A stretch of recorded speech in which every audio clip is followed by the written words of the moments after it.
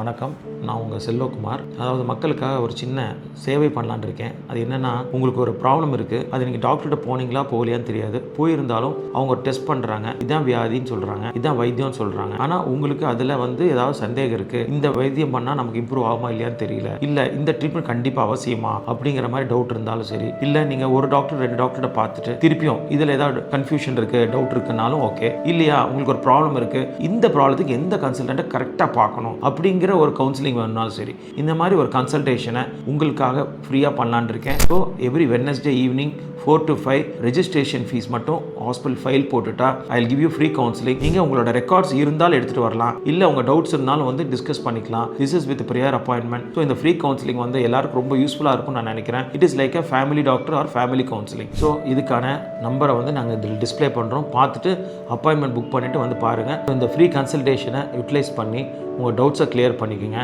Thank you very much.